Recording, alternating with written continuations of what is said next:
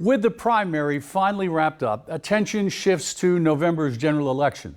Even though it's about 4 months away, some county clerks say a decision about how we can vote needs to be made soon. LEX 18's political reporter Carolina Buchek has more about a possible deadline.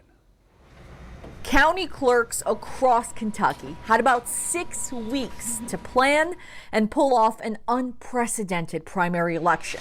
They managed to handle the thousands of absentee ballots, the early voting, and even in-person voting on Election Day.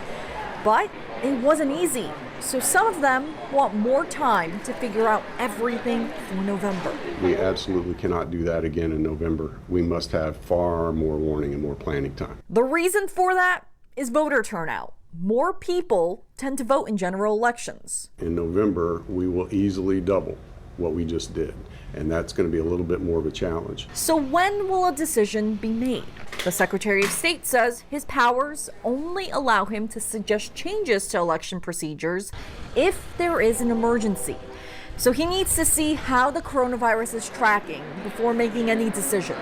People think that I've got a magic wand that I can wave and change the election rules. I don't. I've got emergency powers. It's much different.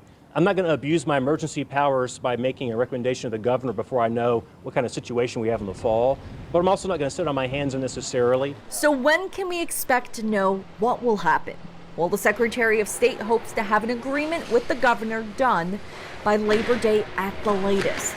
And the governor is encouraging early voting and absentee voting to keep people safe. We have to put those same conditions into place in November, both because we are still going to be dealing with this pandemic, but we just held a great election.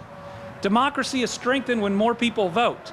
And I can't imagine, whether it's the Secretary of State or others, why we would intentionally go backwards, knowing it's going to be harder for people to vote. But there are still a lot of logistics to figure out before that can happen.